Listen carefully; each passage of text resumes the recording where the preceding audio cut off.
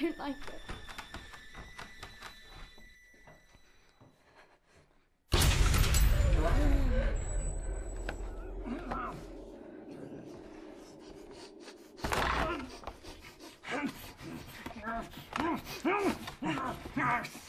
I don't like it. Make it go away.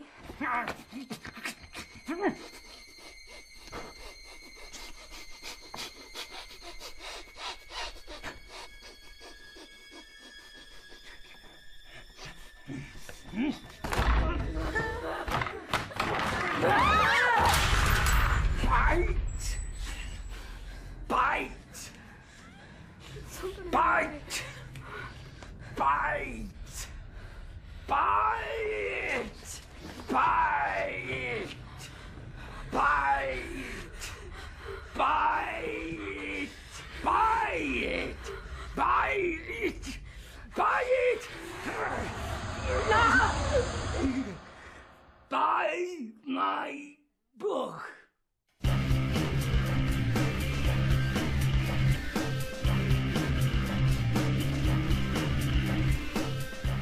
It's good.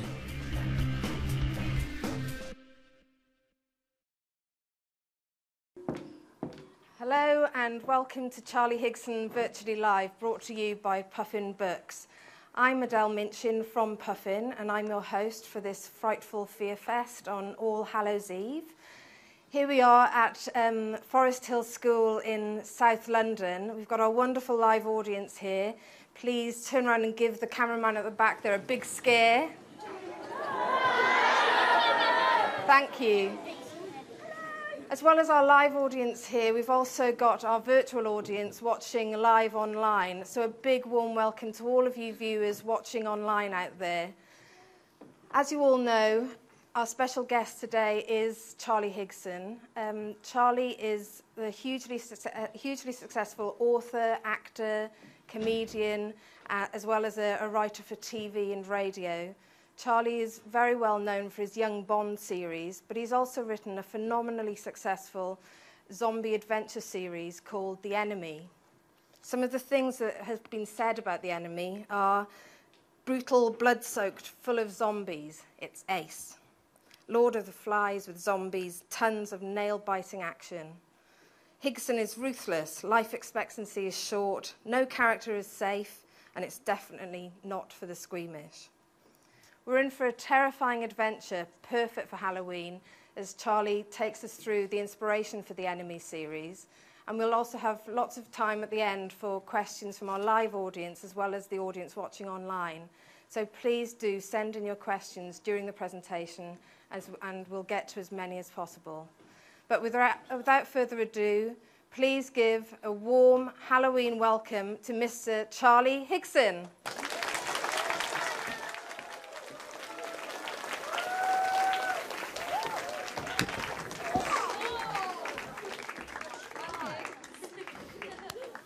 Hello there. God, is that frightening? No. You guys are obviously hard to frighten. Now, today, as you know, is Halloween. Monday night, tonight. Not Saturday night, as X Factor tried to convince us it was. Tonight is Halloween. And I think Halloween is a really, really important night of the year. I think it's a brilliant thing to have. There's lots of boring adults who moan about Halloween, don't they? Oh, I don't like it. We didn't have Halloween like that when I was a kid. It's an American thing, isn't it? And it's too commercialised, but it's nonsense. Halloween is fantastic, and Halloween is really, really important because it's the one night of the year when kids like you can go out there and own the streets.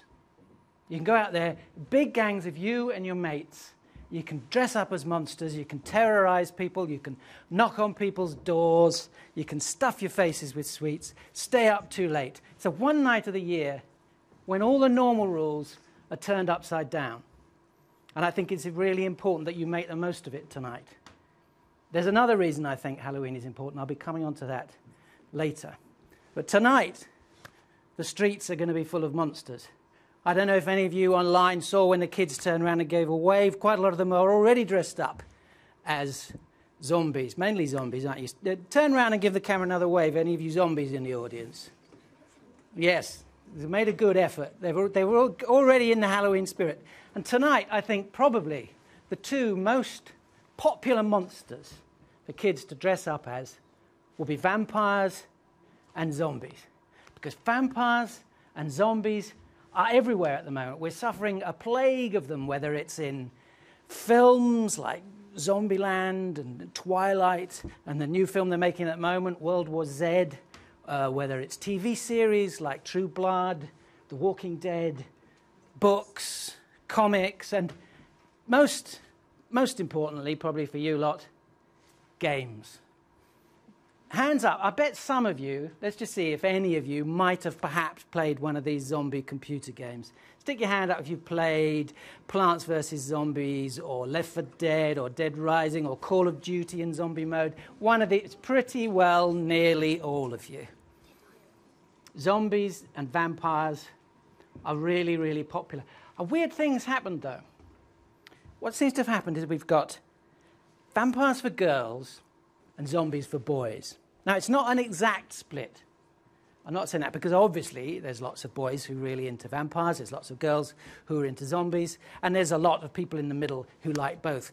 But there has been this thing, we've got this sort of split between, well let's have another show of hands. We have got some girls here, which I'm glad to see. So stick your hands up if you're more of a vampire person.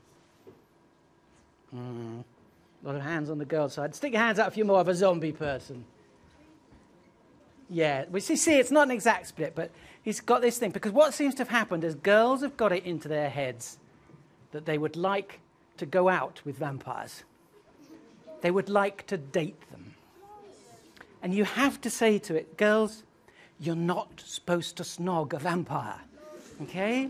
You're not supposed to go out with them. They're monsters. You're supposed to stick a stake through their heart, maybe cut their head off and set fire to them for good luck. You are not supposed to go out with them.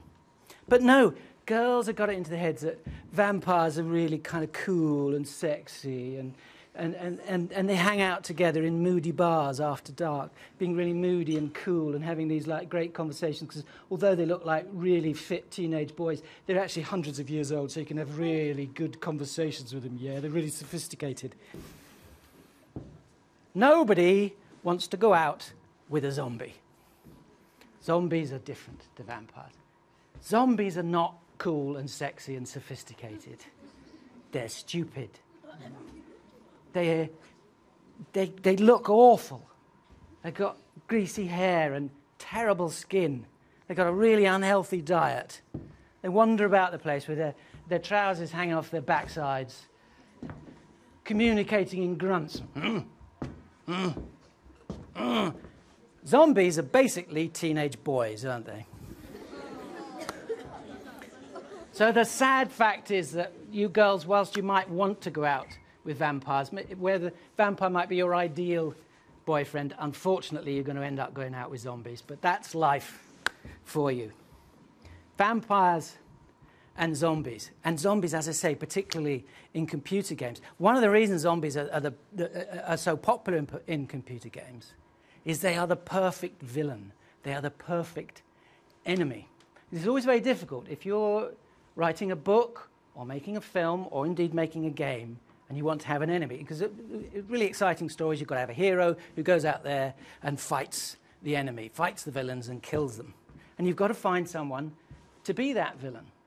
And that changes all the time. I remember when I was a kid, I was growing up not too long after the end of the Second World War. And there were all these war films on the TV the whole time.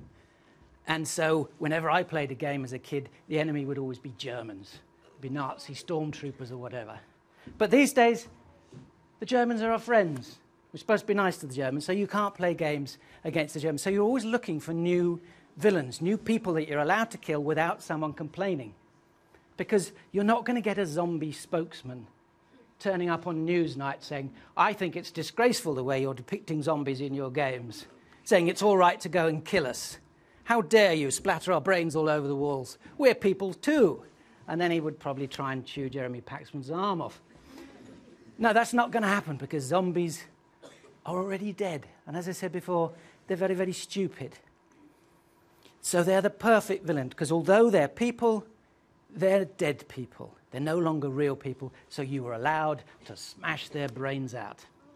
What fun. The perfect. But in fact, there was a case, always when people bring out computer games, you'll get some boring politician complaining, saying, oh, it's too violent. We really shouldn't be encouraging our children to behave in this violent manner.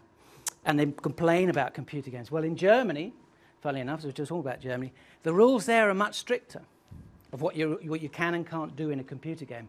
And a few years ago, they launched one of these games, one of those driving games where you drive around and you score points by running people over. Fantastic fun, it must be admitted. But in Germany, they said, well, they got much stricter rules there. They said, what are you doing? You can't bring out a computer game where you're encouraging people to run over other people for points. So the games developers went away and they fiddled around with the game's code, and they changed all the blood from red to green. And they took it back to the Germans and they said, look, it's all right. They're not people they're running over, they're zombies. And the Germans said, oh, that's all right. You can run over as many zombies as you like. Here, let me have a go. So they are the perfect villain for games. And for stories, for books, because as a writer, you're trying to do the same thing. Who is the enemy? So as I say, tonight, vampires and zombies, the virtually live, will be out there on the streets. Because tonight is Halloween. And I thought it's probably a good night to ask the question, what scares you? I mean, what really, really scares you deep down inside? What could make you wake up in the middle of the night in a cold sweat, shaking and in terror? Now, you ask most people, what are you scared of? People might say, oh, I'm scared of spiders. Well, yeah, you might not like spiders. It might give you a jump if they go scuttling across the floor. They're ugly and they've got hairy legs. But you're not really, really absolutely terrified to the core of your soul by spiders, are you? You're not going to wake up screaming, going, there's a spider in the house, help me. Well, some of you might, I don't know. I'm talking about what's really frightening.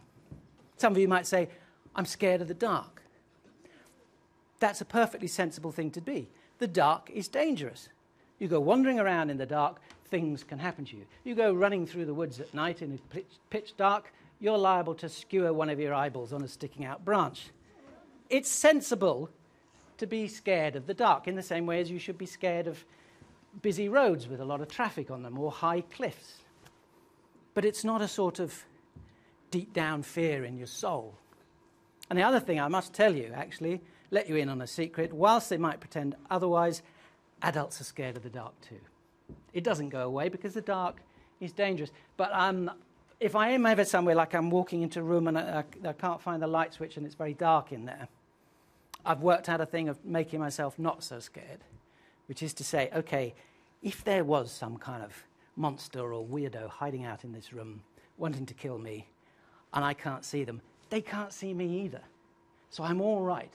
So if there was someone there, a psycho with a chainsaw or something, and jump out at me and try and attack me, he's just as likely to saw his own legs off as he is to be able to decapitate me.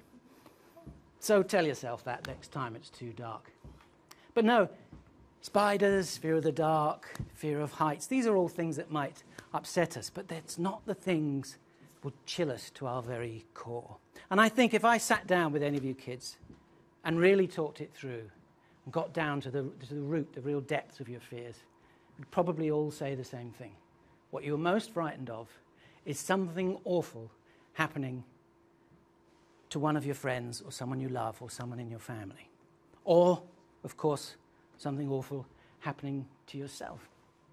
It's the fear of disease, of being in a really, really nasty accident. And of course, the biggest fear of all, the fear of death.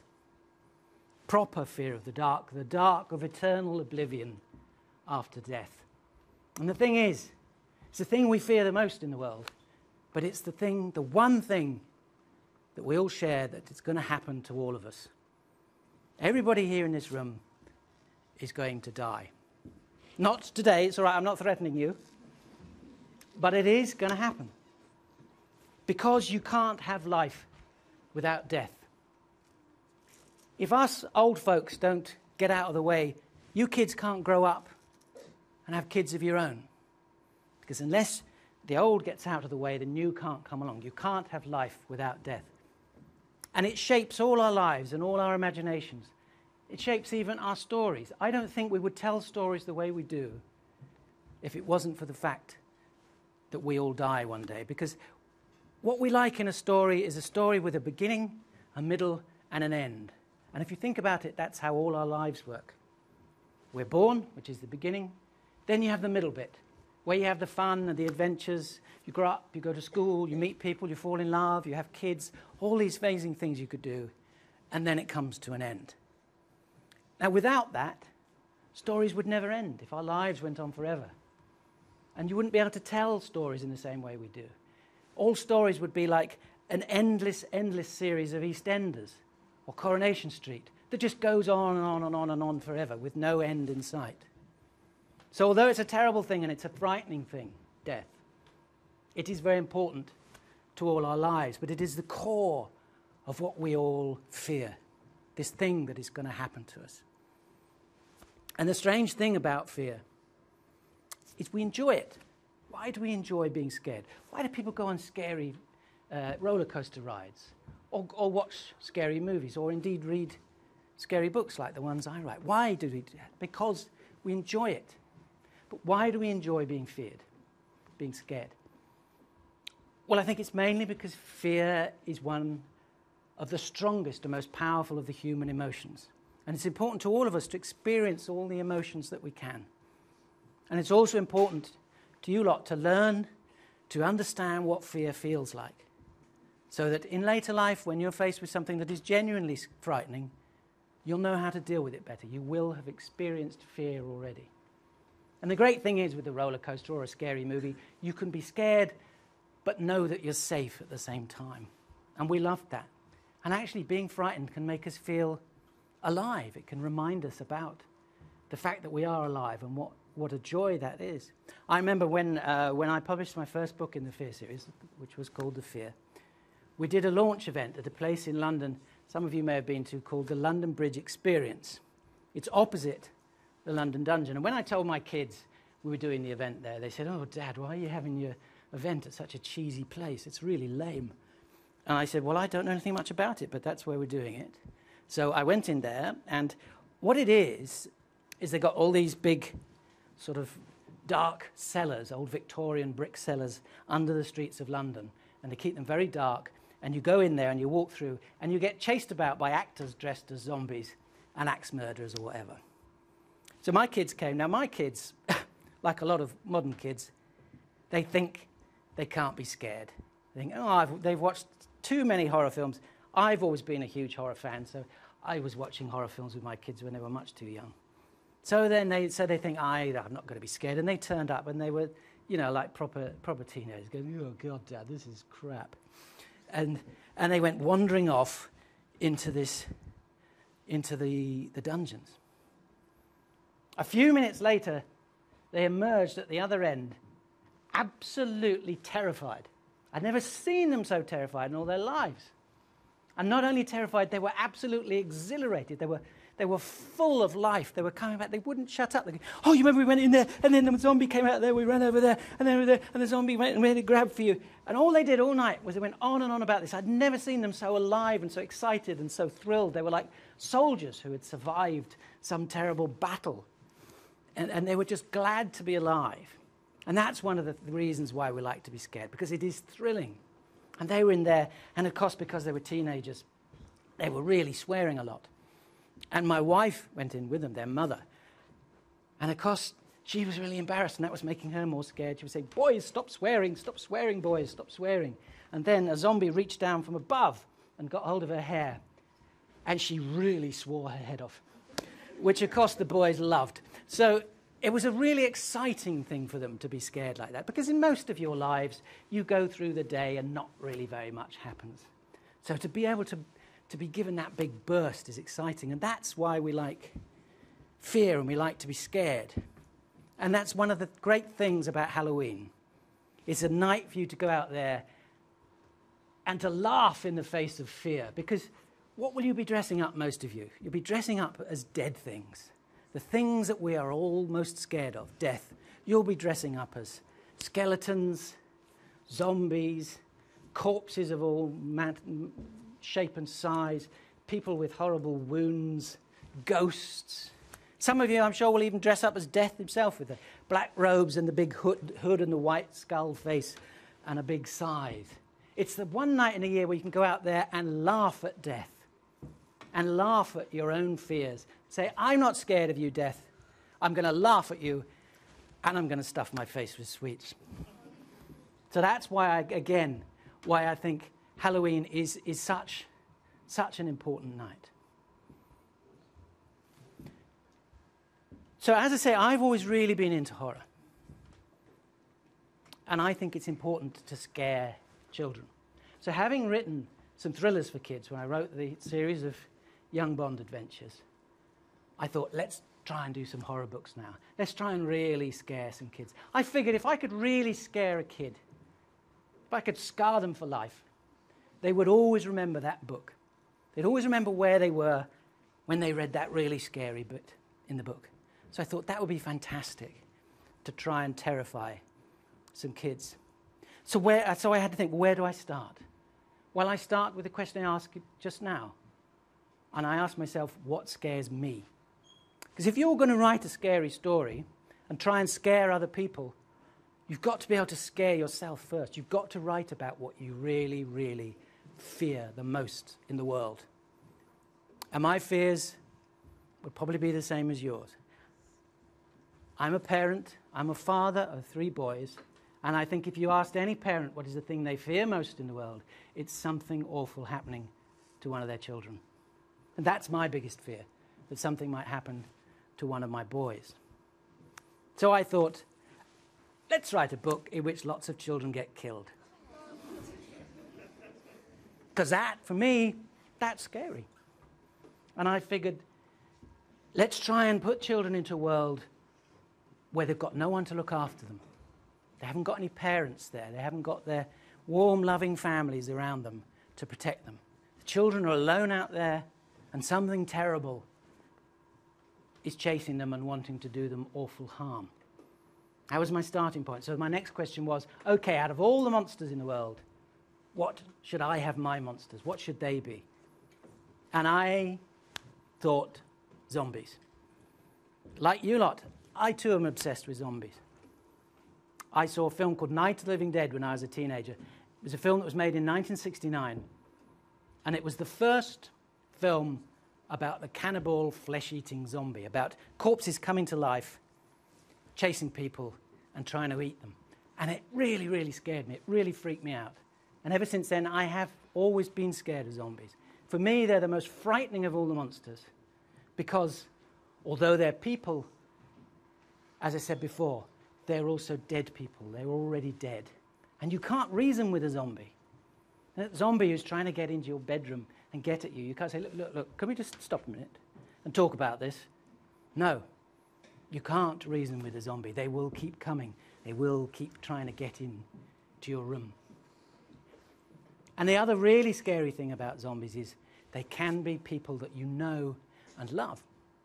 This dead thing that's coming at you, this mindless dead thing, maybe it's your mother, your father, your best friend, your girlfriend, your sister, your child, someone that you really loved. It's distressing enough that they've died already, but now they've come back from the dead and they are trying to get into your room, rip your stomach open and eat your entrails.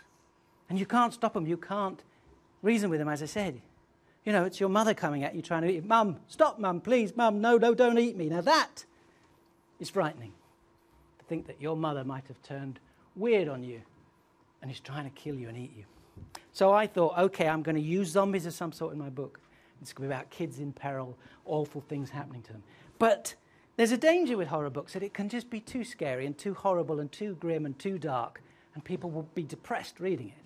You've got to put some sense of adventure in there. And I love writing action-adventure stories. So I wanted my books to also have a strong sense of adventure, of kids actually getting out there and doing a lot of fun things. So I thought I went back to a fantasy that I had when I was your age.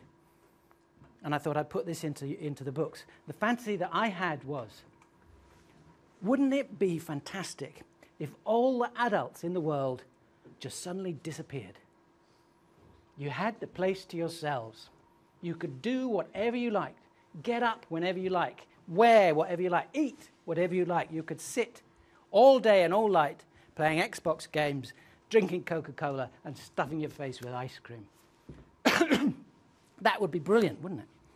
Maybe you got bored of that. You think, I want to go and get some new computer games. So you could take the bus into town. I don't mean stand at the bus stop in the rain and wait for the bus. I mean take it yourselves and drive it into town and smash into as many cars as you like along the way, because there's no one to stop you. There's no police, no adults, no parents, no teachers, no boring politicians. The world would be yours to do what you like, to go to all these places that adults have and play with all that cool stuff that they have. Do a bit of window shopping. Drive your bus through the window of the shop and fill it up with flat-screen TVs and DVDs and Xbox games and whatever you like. You go to the swankiest hotel in town and sit in the jacuzzi in the penthouse suite watching your huge TV and eating ice cream for as long as you liked. And that was this fantasy that I had, and I always wanted to write a story where somehow that happened. So I put these ideas together, and I started thinking about, okay, what would it really be like if us adults did disappear? It would be really cool for about a day, and then reality would hit you. You would realize that us boring adults actually do quite a lot to make your lives comfortable and enjoyable. For instance, who's going to work in the power stations generating electricity so that you could use your computers and your TVs and your games? Not you lot. You don't know how to do it. I don't know how to do it, but luckily some adults do. If they're not around, you're not going to have any electricity. No more TV, no more computers, no more games, no more Facebook. Can you imagine a worse nightmare? No mobile phones, no texting. None of those things you like. No electric lights, no heating. You'd be in a cold, dark world. You go back to the fridge to get some more ice cream, it's all melted. And you'd look for some other food. There's no one in the fields to grow the food for you. There's no one to drive the lorries and put it in the shops. You'd be living in this cold, dark, miserable world. There'd be no more bubbles in your jacuzzi. Unless, of course, you want to make them yourselves. And I think you all know how to do that. So that's what I thought. Okay, without grown-ups around, the kids would be their world, but A, there would be no one to look after them, they'd have to look after themselves. B, they'd be plunged back into a sort of medieval world. Before technology, before electricity, before all this stuff, and having to fend for themselves. And I thought that would be a really exciting starting point for the book. So I came up with this idea that a mysterious disease has struck the planet, but it only affects people over the age of 14, who have either been killed outright or they've been turned essentially into zombies. So my books are about these gangs of kids who are living in London, trying to look after themselves. They arm themselves with spears. They go out onto the streets where they scavenge in all the local shops and the houses and the warehouses, trying to find any food that might have been left behind, any cans or dried food they can eat, whilst at the same time trying to fend off attacks from marauding gangs of adults who are out there looking for the only source of fresh food still available to them, which is basically you lot. So it's kids versus zombies.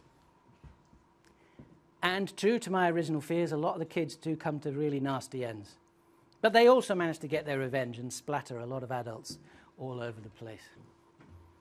So as I say, the books are scary, the books are zombie-related, but they also have a sense of adventure and a sense of fun and a sense of kids going out there and owning the streets, which comes back to Halloween tonight. And I remember when my kids were smaller and they would go out, the fun they had being with their gang of mates and just being able to run around. And as I said before, to own the streets. So make the most of that tonight at Halloween and make the most of it on every Halloween. Remember, it's not just about eating as many sweets as you can and being sick in your neighbor's garden. It's also about confronting your fears and laughing at death and playing havoc in a world of kids.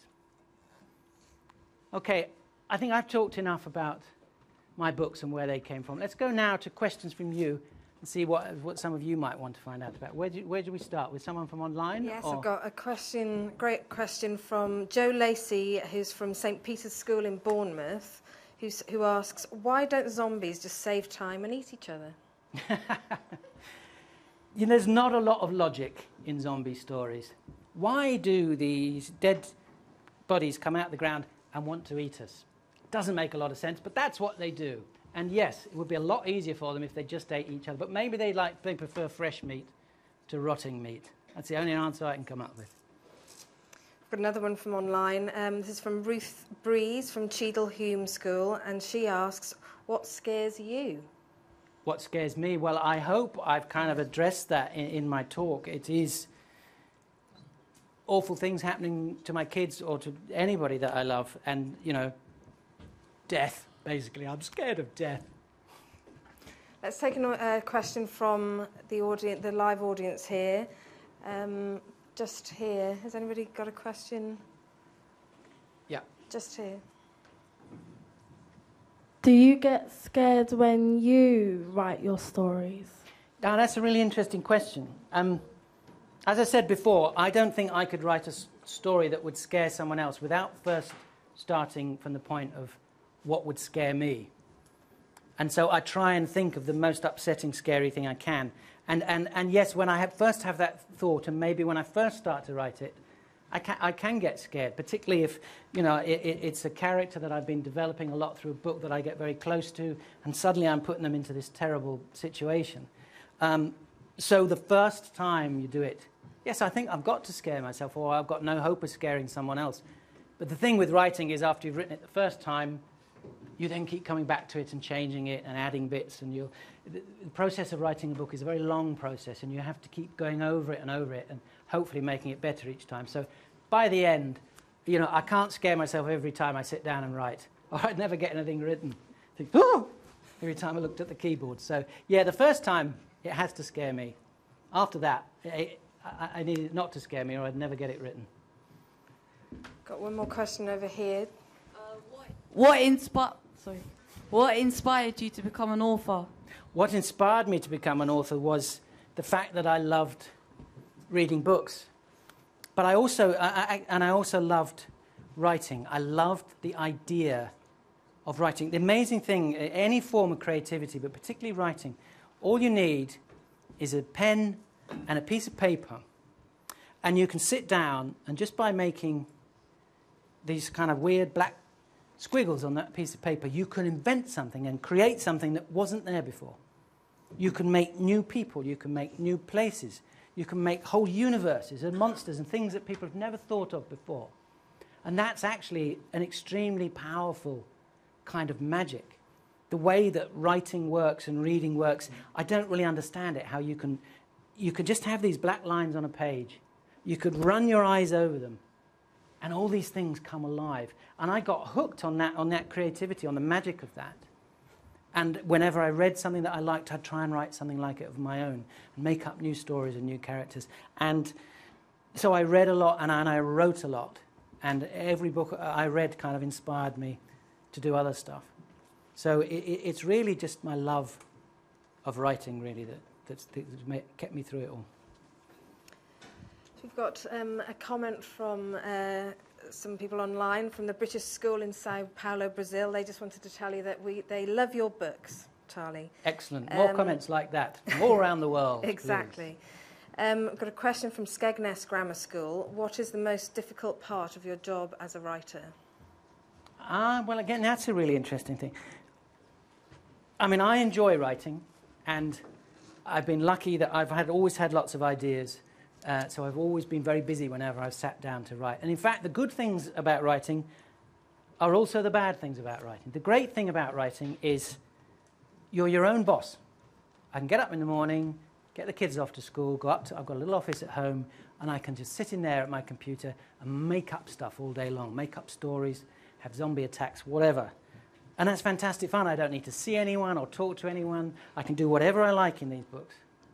But that's also what can be the problem of being a writer, is that can be quite lonely. If you spend your whole life just there with your own thoughts, making these stories up, you can start to slowly go mad. And you end up sitting there in your underpants, you realise you haven't spoken to anyone for a week, you haven't eaten for 3 days, your beard is coming out of your face, you've lost the power of speech, but you're still desperately writing on. So that is the hard part, is you spend a lot of time inside your own brain, and sometimes you need a break for that. So it's why it's brilliant for writers to be able to come out and actually talk to people like you and actually meet the people who read the books and kind of re-engage with society. So let's go down here, shall we? We've got a great zombie in a hat here. What do you think is the best book that you have written? What's the best book that I've written? That's a bit like asking me which is my favourite of my books, which again would be a bit like asking me which is the favourite of my own children. I do have a favourite, but I'm not allowed to say. Of my books and my children. Actually, I was listening to the radio the other day, and there was quite a famous author on there. And they asked them that question, which did they think was their best book, their favourite book? And the author said, my next one. And that's a good answer, because as a writer, the book you're most excited about is the one that you're starting to write. And you think, I can't wait to tell this new story and to be able to get it out there so that people like you can read it. And that's what keeps you going as a writer, thinking, the next one, that'll be the one, that'll be the really brilliant book. Because unless you keep thinking that, you won't have the energy to carry on. You'll think, well, the best book I wrote was 5 books ago, and I'm never going to do better than that. So you've always got to think, let's write another one. Yeah. Should we have it? Have you got a question here? Have you always wanted to be an author, or was there some point in your life where you decided that's something that I'm not going to decide to do? Well, as I said before, I fell in love with writing when I was small. But I didn't think back then, I didn't know any other writers, nobody in my family did anything like that. My father was an accountant. So I never thought that I'd be able to do it for a living. I never thought I could do that as a job. It was just something I enjoyed doing, and I always have enjoyed doing it. In fact, it was my father who gave me the best advice I ever had when I was a teenager. I was a rebellious teenager, and my father said to me, he was quite sort of serious, straight guy. He said, you know, son, you can always be a writer. You can always do that in your spare time. It doesn't cost any money. But make sure you get yourself a proper job. Otherwise, you'll never make any money, and you'll never make a living. And that was the best advice I had. But because I was a teenager, I completely ignored him. As teenagers do, they ignore everything your parents tell you. And I did the complete opposite of what he told me. And I've managed, very luckily, to make a living as a writer. But I've done other things along the way. When I left university, I was a singer in a pop group. I then became a decorator, because you can make a lot more money as a decorator than you can as a singer, particularly if you're a rubbish singer like me. I then started writing comedy for television and doing comedy acting. And through that whole period, I was writing books. And eventually, I think it was about the 6th book that I'd completely finished, I thought, you know what, someone else might want to read this book. And I managed to get that published, which was very exciting. So I've been very, very lucky that I've been able to make a living as a writer. Not many writers can. It's hard work making money as a writer. I've been really, really lucky that the job that I love doing is also one that has enabled me to live a very nice life. A few more questions from our online audience. The King's School in Chester want to know if you get your own sons to read your books first to see if it's scary enough.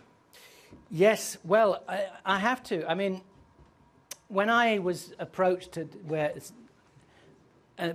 see if I wanted to write the young James Bond books, because I don't own James Bond. The company that owns James Bond, they came to me and said, would you like to write some James Bond books for children? And I said, yes. I've always been a huge James Bond fan. And I had 3 boys, as I've said, and I thought, well, James Bond's something that they really like. It would be fantastic to write some books my kids could read and to write for younger people. I'd written books for adults in the past. But I thought, will kids enjoy my books? Will they like my writing style? Would they appreciate what I'm doing? So all I could do was to test it on my own kids. So as I was writing the James Bond books, as I would write each new chapter, I would read it to my boys as a bedtime story. So I'd be reading away, and the thing is, that is the reason why my books are so violent. Because my boys, like every boy in the country, are incredibly bloodthirsty. So I'd be reading to them, and I'd introduce a new character, and they'd go, kill him! I go, well, what do you mean kill him? I've only just introduced him. He's got to do this and he's got to go there. No, never mind. I don't like him. I want him killed. Yeah, push him off a cliff. You're the writer. You can do that. Or even better, he falls in the road and a lorry goes over his head and it pops like a watermelon. If my boys had had their way, the James Bond books would have been one killing after another, each one more gory and nasty than the last. But I had to explain to them, if you don't put in some plot and character and development and story, that would actually get quite boring very quickly. So the same again when I came to write my horror books. I thought, well, I really want to scare some kids, as I said before, but, I don't want to scare them so much that they end up in a mental hospital or whatever as a complete gibbering wreck. So I thought, how far can I go? How scary can I make it? How gory can I make it? So I did the same thing. I read the book to my youngest boy, who was 10 at the time, as a bedtime story to see if I could scare him. And I remember when we started, we got to the first really scary bit in the book, and I was thinking, oh dear, I hope he's not going to be too upset by this and too freaked out. I hope he's going to sleep tonight. And I read this out to him, and I turned round, and he's just sitting up in bed smiling, grinning all over his face. I said, what's the matter? You're not scared by that? He said, that's not scary, no. I was great. I loved it. I really liked it when his eyeballs exploded. But I know it's not scary. And I realise, modern kids, you're much harder to scare. You've seen all these DVDs you're not supposed to. You've looked at things online you're not supposed to. You've watched Doctor Who, which is much scarier than it was when I was a kid. And so you're kind of like my boys were when they turn up at the London Bridge experience. They're like, oh, you can't scare me. So I thought, OK, my boy Sydney has laid down a challenge here. I'm going to have to try a bit harder to scare him. So the next bit I wrote, the next scary bit, was much more extreme. More violent, more gory, more frightening. Same result. He's not getting scared. And I think, OK, the challenge is on here. So I kept pushing it and pushing it and pushing it, making it more and more extreme and more nasty until one night, we're about halfway through the book. I'd gone to bed, read to him. He was asleep, I thought, but at about 4 o'clock in the morning, he came hammering on the bedroom door and burst in with his hair all stuck to his face and covered in sweat and shaking, and he could hardly speak because he'd had this really, really awful nightmare based on the book. And I thought, yes! I finally got him!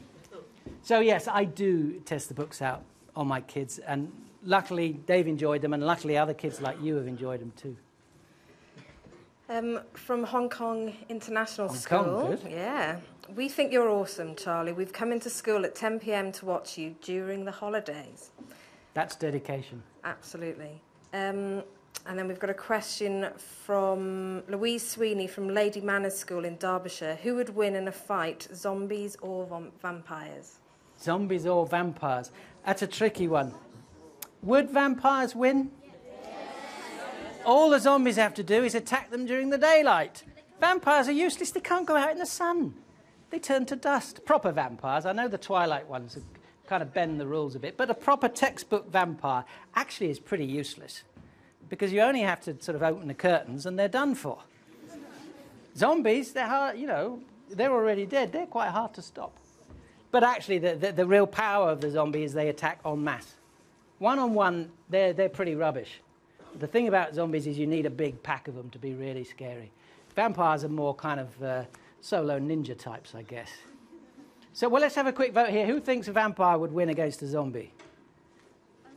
And who thinks the zombie would win? Well, it's about half and half. It's about half and half. Let's have another question from the audience. We probably might be the last question this. Will you return the Holloway kids?